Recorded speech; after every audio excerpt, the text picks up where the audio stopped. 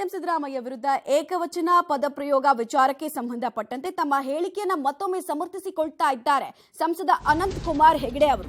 I am unstoppable ಅನ್ನೋ message ಅನ್ನ ಸದ್ಯಕ್ಕೆ ಕೊಟ್ಟಂಗೆ ಕಾಣಿಸ್ತಾ ಇದೆ. ಸಿದ್ದರಾಮಯ್ಯ ನನ್ನ ಎದುರು ಬಂದು ಮಾತಾಡ್ಲಿ 20% ಓಟಿಗಾಗಿ ಜೊಲ್ಲು ಸುರಿಸ್ತಾರೆ. ಸಿದ್ದರಾಮಯ್ಯ ಹಾಗೂ ಕಾಂಗ್ರೆಸ್ಸಿಗರಿಗೆ ಸಭ್ಯತೆಯ ಬಗ್ಗೆ ನಾನ್ ಪಾಠ ಮಾಡ್ತೀನಿ, ಸಂಸ್ಕೃತಿಯ ಬಗ್ಗೆ ಅವ್ರು ನನ್ನ ಹತ್ರ ಬಂದು ಮಾತಾಡ್ಲಿ, ನಾನು ಉತ್ತರ ಕೊಡ್ತೀನಿ ಅಂತ ಹೇಳ್ತಾ ಇದ್ದಾರೆ.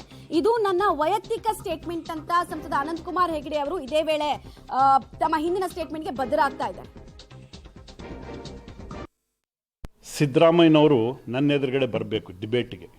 ಸಂಸ್ಕೃತಿ ಅಂದರೆ ಏನು, ಯಾವುದು ಸಭ್ಯತೆ, ಇದರ ಎಲ್ಲದರ ಬಗ್ಗೆ ನಾವಿಬ್ಬರು ಚರ್ಚೆ ಮಾಡಬೇಕು ಜನರ ಎದುರುಗಡೆ, ಸಾರ್ವಜನಿಕರ ಎದುರುಗಡೆ.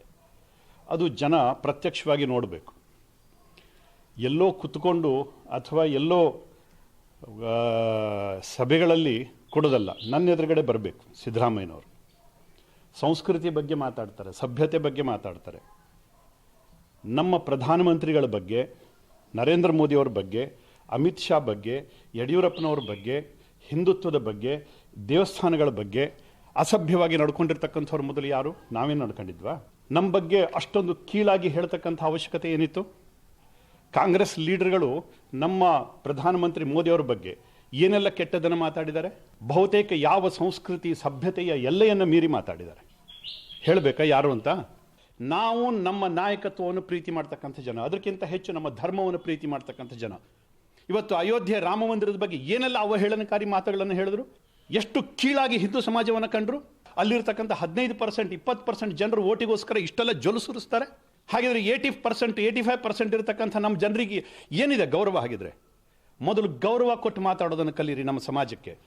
ನೀವು ಹೇಳಿದ್ದು ಏಕವಚನದಲ್ಲಿ ಮಾತಾಡಿಸಿದ್ದು ಸರಿ ಅಂತಾದರೆ ನಾನು ಮಾತಾಡಿದ್ದು ಸರಿ. ಯಾರು ನನ್ನನ್ನು ಒಪ್ಕೊಂತಾರೋ ಬಿಡ್ತಾರೋ ಗೊತ್ತಿಲ್ಲ, ದೇವರು ಒಪ್ತಾನೆ. ಈಗ ಹಿಂದೂ ಸಮಾಜದ ಸಭ್ಯ ಜನ ಇದನ್ನು ಒಪ್ಕೊಂತಾರೆ. ಸೋಷಿಯಲ್ ಮೀಡಿಯಾದಲ್ಲಿ ನೋಡಲಿ, ಇವತ್ತು ಚರ್ಚೆ ಮಾಡಲಿ, ಯಾರು ಏನೇನು ಹೇಳ್ತಾ ಇದ್ದಾರೆ ಅನ್ನೋಂಥದ್ದನ್ನು ಕೇಳಲಿ. ಸಿದ್ದರಾಮಯ್ಯನವರೇ, ಖಂಡಿತವಾಗಿ ಹೇಳ್ತೀನಿ, ಸಂಸ್ಕೃತಿ ಸಭ್ಯತೆ ಬಗ್ಗೆ ಮಾತಾಡೋದಾದ್ರೆ ನನ್ನ ಎದುರುಗಡೆ ಬರ್ರಿ. ಇಡೀ ಕರ್ನಾಟಕದ ಜನ ನೋಡಲಿ, ಲೈವ್ ಆಗಲಿ, ಬನ್ನಿ ನಮ್ಮ ಎದುರುಗಡೆ. ಅದಿಲ್ಲ ಅಂತಂದ್ರೆ ಸಂಸ್ಕೃತಿ ಸಭ್ಯತೆ ಬಗ್ಗೆ ಮಾತಾಡೋದನ್ನು ಬಿಡಿ. ಯಾಕೆಂದ್ರೆ ಅದರ ಅರ್ಥನೇ ಗೊತ್ತಿಲ್ಲದೆ ಇರತಕ್ಕಂಥ ಜನ ನೀವು ಸಿದ್ದರಾಮಯ್ಯನವರೇ. ಕಾಂಗ್ರೆಸ್ ಬಗ್ಗೆ ನಾನು ಹೇಳೋದಿಲ್ಲ. ಅನೇಕ ರಾಮ ಭಕ್ತರು ಅಲ್ಲೂ ಇದ್ದಾರೆ. ತುಂಬ ಜನ ಪ್ರಾಮಾಣಿಕವಾಗಿ ಇವತ್ತು ಕೂಡ ಸೇವೆ ಸಲ್ಲಿಸ್ತಾ ಇದ್ದಾರೆ. ಆದರೆ ಸಿದ್ದರಾಮಯ್ಯನಂತಹ ಧರ್ಮಲಂಡರ್ ಬಗ್ಗೆ ನಾನು ಹೇಳ್ತಾ ಇದ್ದೀನಿ. ಕರ್ನಾಟಕ ಚೀಫ್ ಮಿನಿಸ್ಟರ್ ಸಿದ್ದರಾಮಯ್ಯ ಕರೆದ್ರು, ಮಾಸ್ ಮರ್ಡರರ್ ಅಂತ ಕರೆದ್ರು ಇವರಿಗೆ. ಏಕವಚನದಲ್ಲಿ, ಎಲ್ಲರೂ ಏಕವಚನದಲ್ಲೇ ಮಾತಾಡಿದ್ದಾರೆ. ಸಿದ್ದರಾಮಯ್ಯನವರಿಗೆ ಮತ್ತು ಕಾಂಗ್ರೆಸ್ ಲೀಡರ್ಸ್ಗಳಿಗೆ ಇಲ್ಲದೇ ಇರತಕ್ಕಂಥ ಸಭ್ಯತೆಯ ಪಾಠ ಇವತ್ತು ಬಿಜೆಪಿಗೆ ಯಾಕೆ? ಯಾರು ನನ್ನ ಮಾತನ್ನು ಒಪ್ಕೊಂತಾರೋ ಬಿಡ್ತಾರೋ ಪ್ರಶ್ನೆ ಇಲ್ಲ. ಆದರೆ ನನ್ನ ಪ್ರಧಾನಮಂತ್ರಿ, ನನ್ನ ಧರ್ಮ, ನನ್ನ ದೇಶ, ನನ್ನ ನಿಲುವು, ಇದರಲ್ಲಿ ಯಾವುದೇ ಹಿಂಜರಿಕೆಯ ಅವಶ್ಯಕತೆಯೇ ಇಲ್ಲ.